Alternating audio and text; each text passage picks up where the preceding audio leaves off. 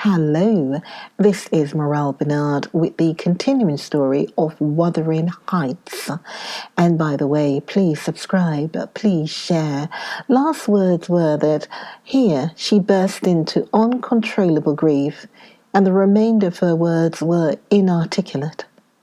Hindley lavished on her a torrent of scornful abuse and bade her get to her room immediately, or she shouldn't cry for nothing. I obliged her to obey, and I shall never forget what a scene she acted when we reached her chamber.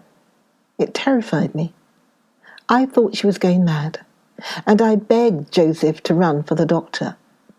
It proved the commencement of delirium. Mr. Kennett, as soon as he saw her, pronounced her dangerously ill. She had a fever. He bled her, and he told me to let her live on whey and water gruel, and take care she did not throw herself downstairs or out of the window. And then he left, for he had enough to do in the parish, where 2 or 3 miles was the ordinary distance between cottage and cottage. Though I cannot say I made a gentle nurse, and Joseph and the master were no better, and though our patient was as wearisome and headstrong as a patient could be, she weathered it through. Old Mrs. Linton paid us several visits, to be sure, and set things to right, and scolded and ordered us all. And when Catherine was convalescent, she insisted on conveying her to the Thrust Cross Grange, for which deliverance we were very grateful. But the poor dame had reason to repent of her kindness. She and her husband both took the fever and died within a few days of each other. Our young lady returned to us saucier and more passionate and haughtier than ever. Heathcliff had never been heard of since the evening of the thunderstorm. And one day I had the misfortune, when she had provoked me exceedingly, to lay the blame of his disappearance on her, where indeed it belonged, as she well knew. From that period, for several months, she ceased to hold any communication with me, save in the relation of a mere servant. Joseph fell under a ban also. He would speak his mind and lecture her all the same as if she were a little girl. And she esteemed herself a woman and our mistress, and thought that her recent illness gave her a claim to be treated with consideration. Then the doctor had said that she would not bear crossing much. She ought to have her own way, and it was nothing less than murder in her eyes for any one to presume to stand up and contradict her. From Mr. Earnshaw and his companions she kept aloof, and tutored by Kenneth, and serious threats of a fit that often attended her rages her brother allowed her whatever she pleased to demand, and generally avoided aggravating her fiery temper. He was rather too indulgent in humouring her caprice, not from affection, but from pride. He wished earnestly to see her bring honour to the family by an alliance with the Lintons, and as long as she let him alone, she might trample on us like slaves, for aught he cared.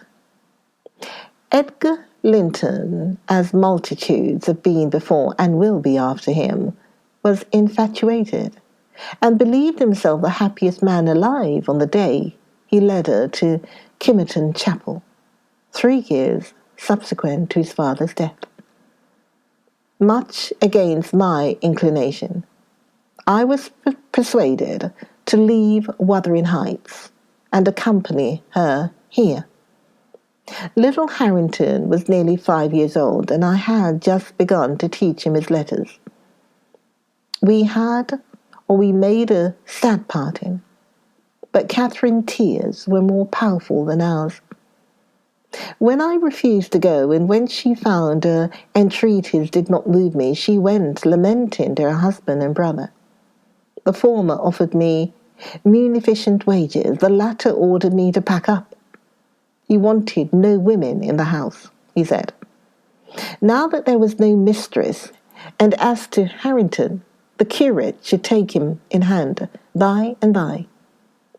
And so I had but one choice left, to do as I was ordered. I told the master he got rid of all decent people only to run to ruin a little faster. I kissed Harrington, said goodbye, and since then he has been a stranger. And it's very queer to think. But I've no doubt he has completely forgotten all about Ellen Dean, and that he was ever more than all the world to her, and she to him. At this point of the housekeeper's story, she chanced to glance towards the timepiece over the chimney, and was in amazement on seeing the minute hand measure 1:30. She would not hear of staying a second longer. In truth, I felt rather disposed to defer the sequel of her narrative myself.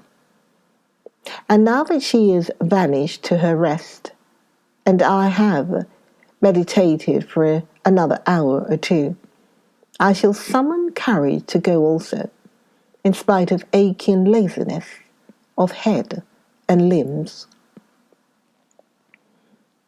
A charming introduction to a hermit's life. 4 weeks' torture, tossing and sickness. Oh, these bleak winds and bitter northern skies and impassable roads and dilatory country surgeons. And oh, this dearth of the human physiognomy, and worse than all, the terrible intimation of Kenneth that I need not expect to be out of doors till spring. Mr. Heathcliff has just honoured me with a call. About 7 days ago, he sent me a brace of grouse, the last of the season. Scoundrel. He is not altogether guiltless in his illness of mine, and that I had a great mind to tell him. But alas, how could I offend a man who was charitable enough to sit at my bedside a good hour and talk on some other subject than pills and draughts, blisters and leeches? This is quite an easy interval. I am too weak to read, yet I feel as if I could enjoy something interesting. Why not have up Mrs. Dean to finish her tale? I can recollect its chief incidents as far as she had gone. Yes, I remember her hero had run off and never been heard of for 3 years, and the heroine was married. I'll ring. She'll be delighted to find me capable of talking cheerfully. Mrs. Dean came. It wants 20 minutes, sir, to take the medicine, she commenced. Away with it, I replied. I desire to have. The doctor says you must drop the powders. With all my heart, don't interrupt me. Come and take your seat. Keep your fingers from that bitter flanks of vials. Draw your knitting out of your pocket, that will do. Now, continue the history of Mr. Heathcliff from where you left off to the present day. Did he finish his education on the continent and come back a gentleman, or did he get a Caesar's place at college or escape to America and earn honours by drawing blood from his foster country, or make a fortune more promptly on the English highways? He may have done a little in all these vocations, Mr. Lockwood, but I couldn't give my word for any. I stated before that I didn't know how he gained his money. Neither am I aware of the means he took to raise his mind from the savage ignorance into which it was sunk. But with your leave, I'll proceed in my own fashion, if you think it will amuse and not weary you. Are you feeling better this morning? Much. That's good news. I got Miss Catherine and myself to Cross Grange. and to my agreeable disappointment she behaved infinitely better than I dared to expect. She seemed almost overfond of Mr. Linton, and even to his sister she showed plenty of affection. They were both very attentive to her comfort, certainly. It was not the thorn bending to the honeysuckles, but the honeysuckles embracing the thorn. There were no mutual concessions. One stood erect and the others yielded. And who can be ill-natured and bad-tempered when they encounter neither opposition nor indifference? I observed that Mr. Edgar had a deep-rooted fear of ruffling her humour. He concealed it from her. But if ever he heard me answer sharply or saw any other servant grow cloudy at some imperious order of hers, he would show his trouble by a frown of displeasure that never darkened on his own account. He many a time spoke sternly to me about my pertness and averred that the stab of a knife could not inflict a worse pang than he suffered at seeing his lady vexed. Not to grieve a kind master, I learned to be less touchy.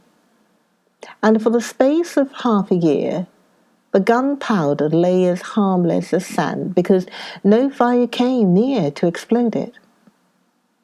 Catherine had seasons of gloom and silence now and then. They were respected with sympathizing silence by her husband, who ascribed them to an alteration in her constitution, produced by her perilous illness, as she was never subject to depression of spirits before. The return of sunshine was welcomed by answering sunshine from him. I believe I may assert that they were really in possession of deep and growing happiness. It ended. Well, we must be for ourselves in the long run. The mild and generous are only more justly selfish than the domineering, and it ended when circumstances caused each to feel that the one's interest was not the chief consideration in the other's thoughts. On a mellow evening in September, I was coming from the garden with a heavy basket of apples which I had been gathering. It had got dusk, and the moon looked over the high wall of the court, causing undefined shadows to lurk in the corners of the numerous projecting portions of the building. I set my burden on the house steps by the kitchen door, and lingered to rest, and drew in a few more breaths of the soft, sweet air. My eyes were on the moon, and my back to the entrance, when I heard a voice behind me say, "Nellie, is that you?" It was a deep voice and foreign in tone, yet there was something in the manner of pronouncing my name which made it sound familiar. I turned about to discover who spoke, fearfully, for the doors were shut, and I had seen nobody on approaching the steps. Something stirred in the porch, and moving nearer, I distinguished a tall man, dressed in dark clothes with dark face and hair. He leant against the side and held his fingers on the latch as if intending to open for himself. Who can it be? I thought. Mr. Earnshaw? Oh no, the voice has no resemblance to his. "I have waited here an hour," he resumed, while I continued staring. And the whole of that time, all round as being as still as death, I dared not enter. "You do not know me? Look, I'm not a stranger." A ray fell on his features. The cheeks were sallow and half covered with black whiskers, the brows lowering, the eyes deep set and singular. I remembered the eyes. "What?" I cried, uncertain whether to regard him as a worldly visitor, and I raised my hands in amazement. What? You come back? Is it really you? Is it? Yes, Heathcliff, he replied, glancing from me up to the windows, which reflected a score of glittering moons, but showed no lights from within. Are they at home? Where is she? Nelly, you are not glad. You needn't be so disturbed. Is she here? Speak. I want to have one word with her. Your mistress. Go, and say some person from Gimmerton desires to see her. How will she take it? I exclaim. What will she do? The surprise bewilders me. It will put her out of her head. And you are Heathcliff, but altered. Nay, there's no comprehending it. Have you been for a soldier? Go and carry my message, he interrupted impatiently. I'm in hell till you do. He lifted the latch, and I entered. But when I got to the parlour where Mr. and Mrs. Linton were, I could not persuade myself to proceed. At length I resolved on making an excuse to ask if they would have the candles lighted, and I opened the door. They sat together in a window whose lattice lay back against the wall and displayed, beyond the garden trees and the wild green park, the valley of Gimmerton, with a long line of mist winding near to its top. For very soon after you pass the chapel, as you may have noticed, the sow that runs from the marshes joins the beck which follows the bend of the glen. Wuthering Heights rose above this silvery vapour, but our old house was invisible. It rather dips down on the other side. Both the room and its occupants and the scene they gazed on looked wondrously peaceful. I shrank reluctantly from performing my errand, and was actually going away, leaving it unsaid, after having put my question about the candles, when a sense of my folly compelled me to return and mutter, a person from Gimmerton wishes to see you, ma'am. What does he want? Asked Mrs. Linton. I did not question him, I answered. Well, close the curtains, Nelly, she said, and bring up the tea. I'll be back again directly. She quitted the apartment. Mr. Edgar inquired carelessly. Who was it? Someone mistress does not expect, I replied. That Heathcliff, you recollect him, sir, who used to live at Mr. Earnshaw's. What? The gypsy? The ploughboy? He cried. Why did you not say so to Catherine? Hush, you must not call him by those names, master, I said. She'd be sadly grieved to hear you. She was nearly heartbroken when he ran off. I guess his return will make a jubilee to her. Mr. Linton walked to a window on the other side of the room that overlooked the court. He unfastened it and leant out. I suppose they were below, for he exclaimed quickly, Don't stand there, love. Bring the person in, if it be anyone particular. Ere long I heard the click of the latch, and Catherine flew upstairs, breathless and wild, too excited to show gladness. Indeed, by her face you would rather have surmised an awful calamity. Oh, Edgar, Edgar, she panted, flinging her arms round his neck. Oh, Edgar, darling, Heathcliff's come back, he is. And she tightened her embrace to a squeeze. Well, well, cried her husband crossly, don't strangle me for that. He never struck me as such a marvellous treasure. There is no need to be frantic.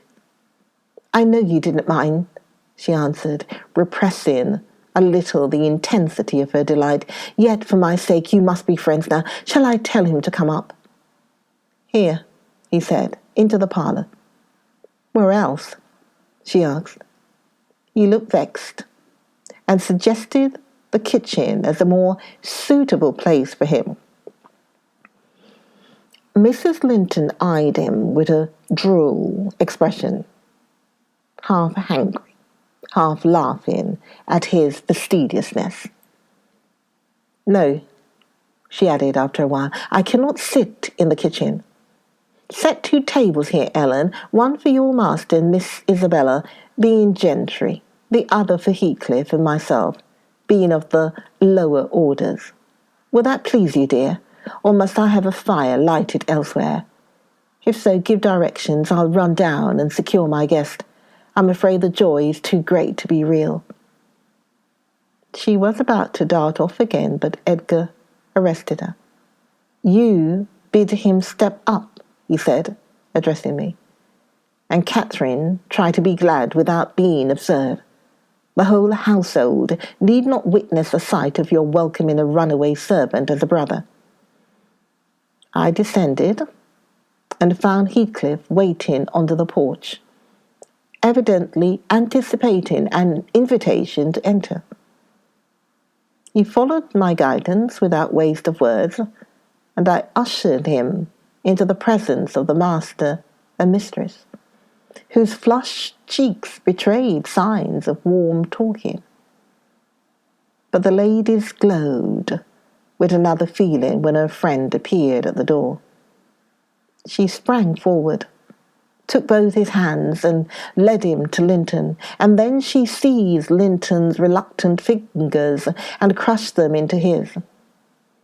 Now, fully revealed by the fire and candlelight, I was amazed more than ever to behold the transformation of Heathcliff. He had grown a tall, athletic, well-formed man, beside whom my master seemed quite slender and youth-like. His upright carriage suggested the idea of his having been in the army. His countenance was much older in expression and decision of feature than Mr. Linton's. It looked intelligent and retained no marks of former degradation. A half-civilized ferocity lurked yet in the depressed brows and eyes full of black fire, but it was subdued, and his manner was even dignified, quite divested of roughness, though too stern for grace. My master's surprise equalled or exceeded mine. He remained for a minute at a loss how to address the ploughboy, as he had called him. Heathcliff dropped his slight hand and stood looking at him coolly till he chose to speak. "Sit down, sir," he said at length. "Mrs. Linton, recalling old times, would have me give you a cordial reception, and of course I am gratified when anything occurs to please her." "And I also," answered Heathcliff, "especially if it be anything in which I have a part. I shall stay an hour or 2 willingly." He took a seat opposite Catherine, who kept her gaze fixed on him as if she feared he would vanish were she to remove it. He did not raise his to her often. A quick glance now and then sufficed, but it flashed back each time more confidently. The undisguised delight he drank from hers. They were too much absorbed in their mutual joy to suffer embarrassment. Not so Mr. Edgar. He grew pale with pure annoyance, a feeling that reached its climax when his lady rose and, stepping across the rug, seized Heathcliff's hands again and laughed like one beside herself. "I shall think it a dream tomorrow," she cried. "I shall not be able to believe that I have seen and touched and spoken to you once more, and yet, cruel Heathcliff, you don't deserve this welcome, to be absent and silent for 3 years, and never to think of me."